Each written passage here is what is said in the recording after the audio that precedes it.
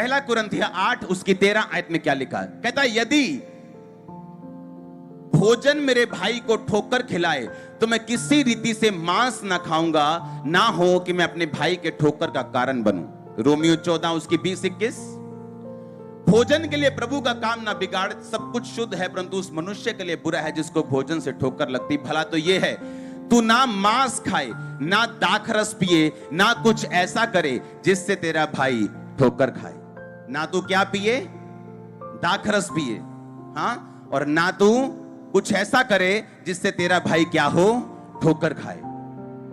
अब वचन की नॉलेज नहीं है और शैतान ने भरमा दिया, गिर गए और लाइफ जो आगे बढ़नी थी वो जीरो हो गई। एक ड्रिंक करने वाला आदमी कभी भी पवित्र आत्मा से भरपूर नहीं हो सकता, मालूम? अगर आप यूनानी भाषा में बाइबल पढ़ें और उसकी गहराई को समझें तो उसमें लिखा पवित्र आत्मा से भरपूर होते जाओ, परिपूर्ण होते जाओ, दाखरस के मत वाले ना हो, क्योंकि इससे लुचपन होता है। परमेश्वर जब आप ड्रिंक करते हैं, ओके, तो एक अजीब सा नशा होता है और आत्मा जो जो जो स्पिरिट वो हिल जाती। हाँ, मतलब ओए पीती है तू, चूहा यार शेरंग करते कि नहीं? हम कि डरपोक आदमी दिलेर हो गया क्योंकि शराब पी। शराब उसकी स्पिरिट को क्या करती? हिलाती। परमेश्वर की सेम जब मसा पे आता है आप दिलेर हो जाते हैं। आप जानते कि नहीं इस बात को? परमेश्वर नहीं चाहता कि आपकी दिलेरी शराब से हो, वो चाहता है आपकी दिलेरी होली स्पिरिट से हो। और वो नहीं चाहता कि जो काम पवित्र आत्मा ने करना है वो शराब आपकी लाइफ में करे। आप मेरी बात समझ रहे कि नहीं?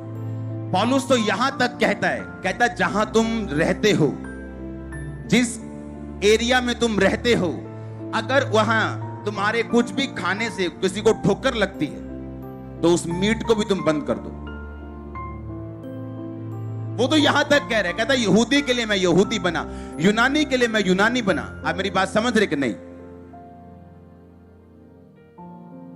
मान लीजिए मैं एक ऐसी जगह जो रहता हूं गुजरात में, महाराष्ट्र में, जहां मेरे पूरे मोहल्ले में ऐसे लोग रहते हैं जो प्याज तक नहीं खाते और मेरे घर में डेली मीट बने। और जब मैं उनको सोचता मतलब अरे हट, मीट मांस मच्छी खाते हैं, वो नहीं सुनेंगे यीशु मसीह की कौन है, वो क्या करता है, वो परमेश्वर है। उन्हें मांस मच्छी ही अगर आपको स्मेल भी आ गई वो आपको घर में घुसने नहीं देंगे। वहां क्या करो? छोड़ दो।